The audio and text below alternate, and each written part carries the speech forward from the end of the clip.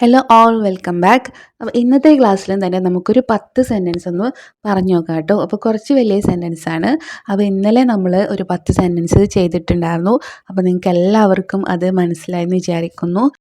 അപ്പോൾ ഇന്ന് നമുക്ക് പുതിയ സെൻറ്റൻസസ് നോക്കാം കേട്ടോ. ഓക്കെ, അപ്പോൾ ഫസ്റ്റ് വൺ, അയാൾ എപ്പോഴാണ് വന്നതെന്ന് എനിക്കറിയില്ല.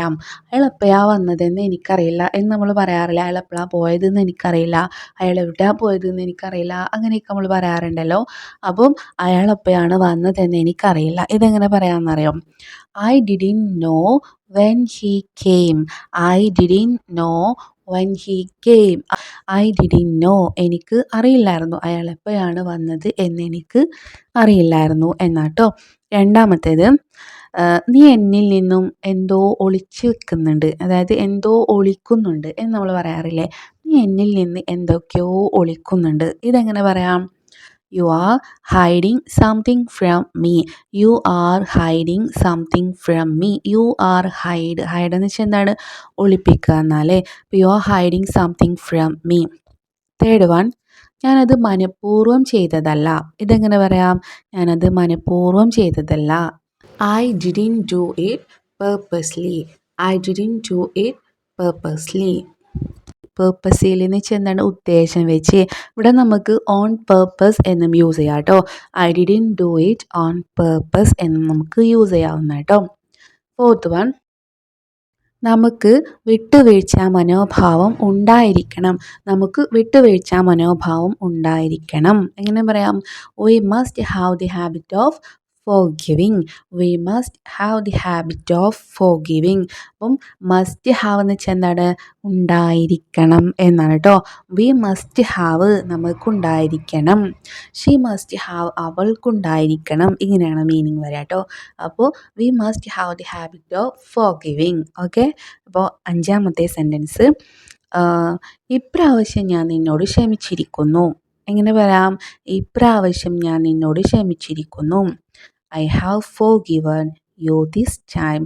I have forgiven you this time. Forgiven. Okay. Next, ഇതിലാരെങ്കിലും കടന്നു പോകുന്നത് നിങ്ങൾ കണ്ടോ, അല്ലെങ്കിൽ നിങ്ങൾ കണ്ടിരുന്നോ? ഇതിലാരെങ്കിലും കടന്നു പോകുന്നത്, അതായത് ഈ വഴിയിലൂടെ ആരെങ്കിലും കടന്നു പോകുന്നത് നിങ്ങൾ കണ്ടിരുന്നോ? ഇതെങ്ങനെ ചോദിക്കാമെന്നറിയോ? Did you see anyone passing this way? Did you see anyone passing this way? Did you see എന്ന് വെച്ചാൽ നിങ്ങൾ കണ്ടിരുന്നോ? എനിവൺ, ആരെങ്കിലും. പാസിങ്, ഇതിലെ പാസ് ചെയ്യുന്നത്, ഇതിലെ കടന്നു പോകുന്നത്. This way. ഓക്കെ, അപ്പോൾ ദിസ് വേ, ഈ വഴി എന്നാട്ടോ. നെക്സ്റ്റ്, ഇതിലെ ആരും പോകുന്നത് ഞാൻ കണ്ടിട്ടില്ല. എങ്ങനെ പറയാം? ഇതിലാരും പോകുന്നത് ഞാൻ കണ്ടില്ല. ഐ ഡിഡിൻ സീ, ഞാൻ കണ്ടില്ല. Anyone passing this way. I didn't see anyone passing this way. I didn't see anyone passing this way. Next, നിങ്ങളെപ്പോഴാണ് അയാൾ ഇതിൽ കടന്നു പോകുന്നത് കണ്ടത്? ഇതെങ്ങനെ ചോദിക്കാം? നിങ്ങളെപ്പോഴാണ് അയാൾ ഇതിലെ കടന്നു പോകുന്നത് കണ്ടത്? അപ്പോൾ എപ്പോൾ എന്ന് ചോദിക്കാനായിട്ട് ഇംഗ്ലീഷിൽ when did you see him passing this way? when did you see him passing this way? Okay.